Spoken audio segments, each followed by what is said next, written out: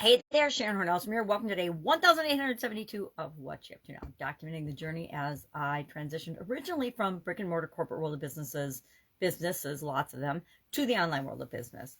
And I started documenting my journey via video for a lot of reasons. Number one, I was scared to death to do videos, and so I made myself do them every day. Number two, I have got personal vision challenges, so I had to find a way besides writing things down and documenting them in writing, or something that I had to, blow up on the big screen, TV screen, in order to see it. I had to find ways around that. And so I started to create and do this little log. It's just a video log of what I'm doing, what's working, what's not working, etc.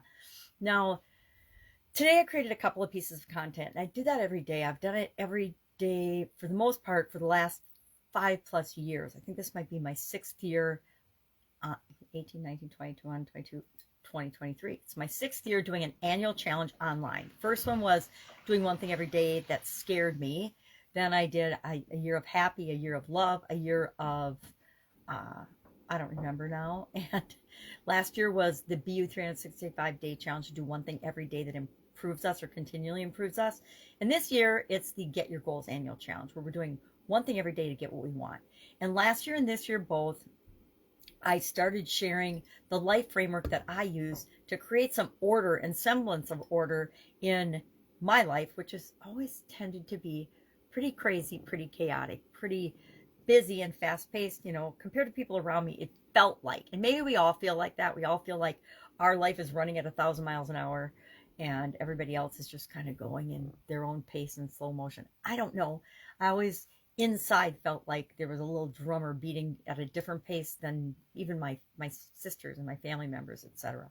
But that is just, maybe that's how everybody feels. I really don't know how other people feel in their head. Obviously, we're focusing on mental well-being, thoughts, beliefs, etc. for this month of the Get Your Goals annual challenge.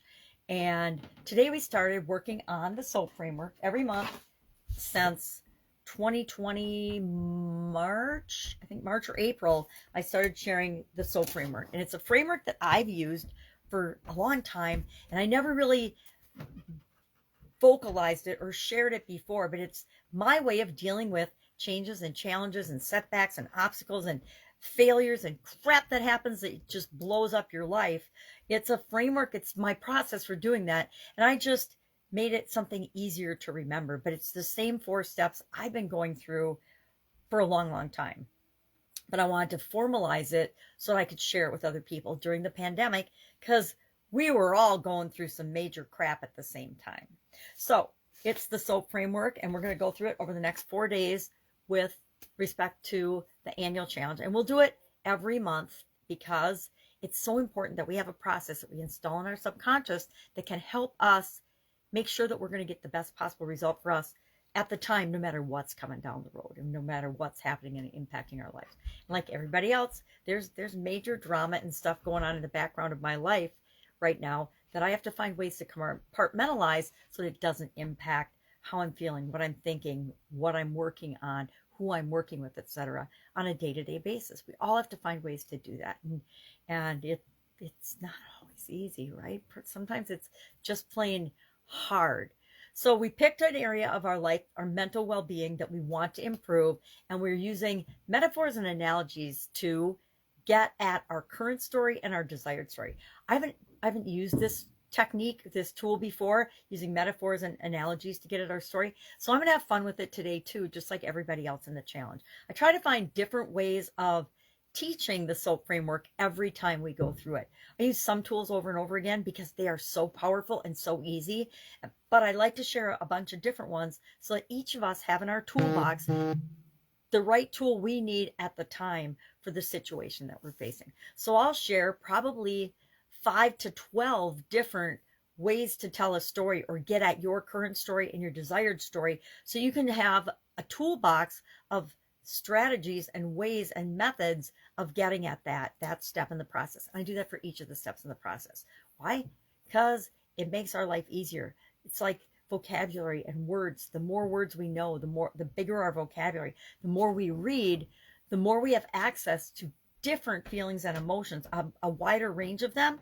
And the wider range we have access to, We can pick and choose the feelings that help us to feel better and climb up an emotional ladder, etc. A topic for another day. We talked about it last month in the challenges. We focused on the emotional well-being, emotional aspects of our life. So that's what we're doing in the annual challenge today. For Supersize Your Business, for female entrepreneurs, but for all entrepreneurs, I work with both men and women, but was targeting online when I came up with the name for that group.